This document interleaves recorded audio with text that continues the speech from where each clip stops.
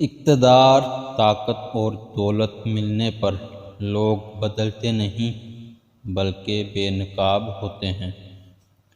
انسان مکان بدلتا ہے، رشتے بدلتا ہے، دوست بدلتا ہے، لیکن پھر بھی دکھی رہتا ہے کیونکہ وہ اپنا رویہ نہیں بدلتا۔ اپنے دوست کو اتنے ہی راز بتاؤ کہ کل کو اگر وہ تم سے دشمنی پر آمادہ ہو تو تمہیں نقصان نہ پہنچا سکے۔ اگر کسی بیٹی یا بہن کو تمہاری وجہ سے راستہ بدلنا پڑے تو گلی کے کتے اور تم میں کوئی فرق نہیں۔ حق بات کی پہلی نشانی یہ ہے اس کی ہمیشہ مخالفت ہوتی ہے۔ جس کی کوئی مخالفت نہیں کرتا وہ قطع حق نہیں۔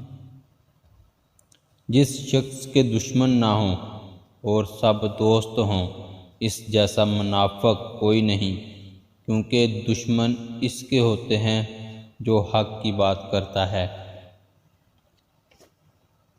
جو ذرا سی بات پر دوست نہ رہے، سمجھ لینا وہ کبھی دوست تھا ہی نہیں۔ اگر تم اپنے تکبر کو توڑنا چاہتے ہو تو کسی غریب اور مفلس کو سلام کیا کرو۔